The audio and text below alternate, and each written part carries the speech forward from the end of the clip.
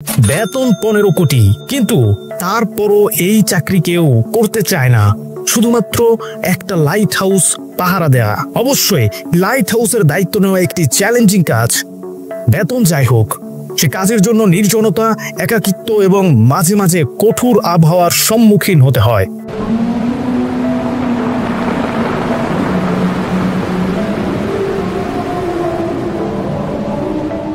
এছাড়া দীর্ঘ সময়ের জন্য একটানা সেখানে থাকতে হতে পারে, যা অনেকের জন্য অস্বস্তিকর। কাজটি যদিও গুরুত্বপূর্ণ, কিন্তু একাধিক কারণে কেউ সেই কাজটি নিতে চাইলেও সমস্যা হতে পারে। আপনি কি এই বিষয়টি নিয়ে কিছু বিশেষ তথ্য বা দৃষ্টিভঙ্গি জানতে চান?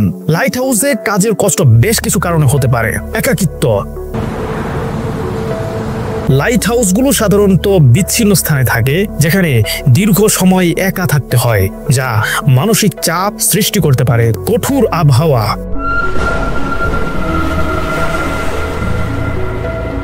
লাইট হাউসের অবস্থান অনেক সময় ঝড়, প্রবল বৃষ্টি কিংবা তুষারপাতের মধ্যে হতে পারে। এসব আবহাওয়ার সাথে মানিয়ে নেওয়া বেশ কঠিন। শারীরিক শ্রম।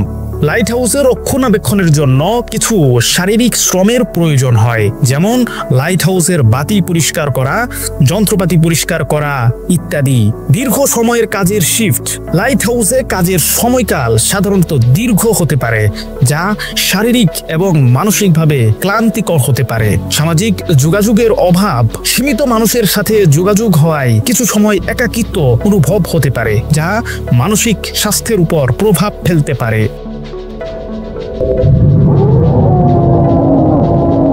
এগুলো সব মিলিয়ে লাইট হাউসের কাজকে চ্যালেঞ্জিং করে তোলে। তবে কিছু লোকের জন্য এটি একটি বিশেষ অভিজ্ঞতা এবং তারা প্রকৃতির সাথে যুক্ত হতে পছন্দ করে। লাইট হাউসে কাজের সময়কাল সাধারণত নির্ভর করে সেই লাইট হাউসের অবস্থান, দায়িত্ব ও কাজের শিফটের ধরনের। বেশিরভাগ ক্ষেত্রে লাইট হাউসে কাজের জন্য নিচের কিছু তথ্য দেখা যায়। শিফটের সময়কাল।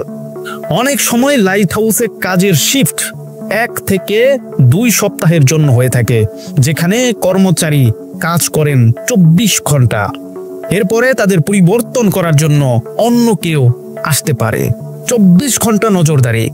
লাইট হাউসের আলো জ্বালিয়ে রাখা এবং যন্ত্রপাতি পরীক্ষা করার জন্য 24 ঘন্টা নজরদারির প্রয়োজন। তাই লাইট হাউসে কাজ করার সময় শিফট সিস্টেম অনুসরণ করা হয়।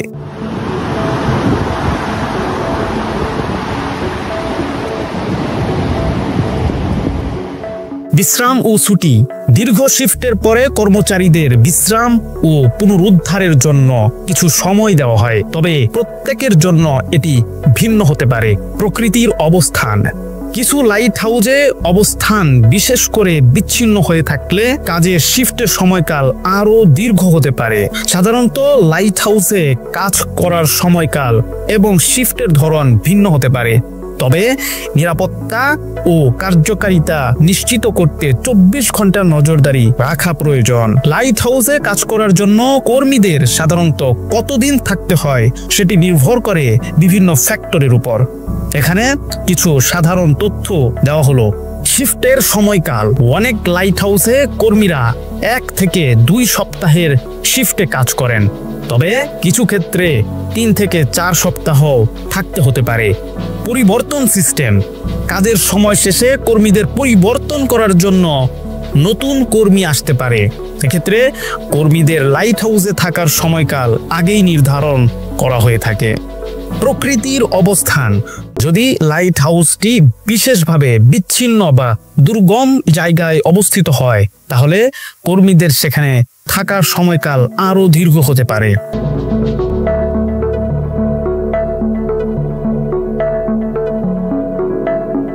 বিশ্রামের ব্যবস্থা। কর্মীদের জন্য বিশ্রাম এবং পরিবারের সাথে যোগাযোগের সুযোগ দেওয়ার জন্য কিছু সময় পর পর শিফট পরিবর্তন করা হয়। সাধারণত লাইট হাউসে কর্মীদের 1 থেকে 4 সপ্তাহ থাকতে হয়, তবে নির্দিষ্ট সময়কাল, স্থান এবং কাজের শর্ত অনুযায়ী পরিবর্তিত হতে পারে। লাইট হাউসে কাজের সুযোগ কিছুটা সীমিত এবং বিশেষ কিছু শর্তাবলীর উপর নির্ভর করে, তবে এখানে কিছু মূল দিক তুলে ধরা হলো। সীমিত সংখ্যা। দেশে এবং আন্তর্জাতিকভাবে লাইট হাউসের সংখ্যা সীমিত। তাই কাজের সুযোগও তুলনামূলকভাবে কম। বিশেষীকরণ: লাইট হাউসে কাজ করার জন্য বিশেষ প্রশিক্ষণ বা অভিজ্ঞতা প্রয়োজন হতে পারে। কিছু ক্ষেত্রে মেরিটাইম বা সমুদ্র সংক্রান্ত কাজের অভিজ্ঞতা থাকা দরকার। অবস্থান: যেসব লাইট হাউস বিচ্ছিন্ন বা দুর্গম এলাকায় অবস্থিত সেখানে কাজের সুযোগ আরো কমে যায়, কারণ অনেকেই সেখানে যেতে চান না। প্রযুক্তিগত পরিবর্তন: আধুনিক প্রযুক্তির উন্নতির ফলে কিছু লাইট হাউস স্বয়ংক্রিয় হয়ে গেছে, এতে করে মানুষ প্রয়োজন কমে যাচ্ছে, তাই কাজের সুযোগও কমছে। প্রশাসনিক নিয়োগ: লাইট হাউসের কাজের সুযোগ সাধারণত সরকারি বা বেসরকারি সংস্থার মাধ্যমে হয়, যা নির্দিষ্ট নিয়োগ প্রক্রিয়ার মাধ্যমে হয়ে থাকে।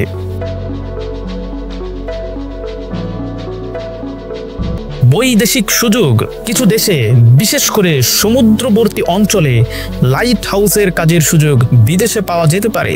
লাইট হাউসের কাজের সুযোগ তুলনামূলকভাবে সীমিত এবং যারা এই কাজটি করতে চান তাদের জন্য বিশেষ প্রস্তুতি ও প্রশিক্ষণ গ্রহণ করা প্রয়োজন। লাইট হাউসে কাজ করার জন্য সাধারণত কিছু প্রশিক্ষণের প্রয়োজন হয়। এখানে কিছু মূল প্রশিক্ষণের দিক তুলে ধরা হলো। বুনিয়াদী প্রশিক্ষণ: লাইট হাউসে কাজ করার জন্য প্রথমে বুনিয়াদী প্রশিক্ষণ নিতে হয়, যা সাধারণত নিরাপত্তা এবং অপারেশন সংক্রান্ত। সামুদ্রিক নিরাপত্তা প্রশিক্ষণ: এ ধরনের প্রশিক্ষণে কর্মীদের জলযান, সাগরের পরিবেশ এবং দুর্যোগ পরিস্থিতিতে কিভাবে নিরাপদে কাজ করতে হয় তা শেখানো হয়। যন্ত্রপাতি ও প্রযুক্তির প্রশিক্ষণ: লাইট হাউসে ব্যবহৃত যন্ত্রপাতি ও প্রযুক্তির কার্যক্রম সম্পর্কে প্রশিক্ষণ প্রয়োজন।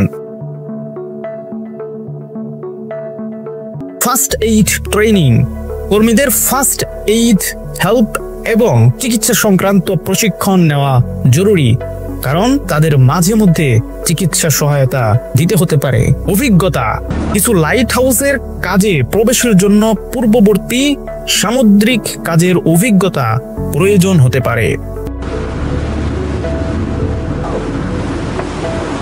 নিয়ম ও বিধিমালা: লাইট হাউসে কাজ করতে গেলে স্থানীয় এবং আন্তর্জাতিক সমুদ্র আইন ও বিধিমালার বিষয়ে জানার প্রয়োজন। সুতরাং লাইট হাউসে কাজ করতে চাইলে এইসব প্রশিক্ষণ নেওয়া জরুরি। এসব প্রশিক্ষণ নিশ্চিত করে যে কর্মীরা সঠিকভাবে কাজ করতে পারবে এবং যে কোনো পরিস্থিতিতে নিরাপদে থাকতে পারবে।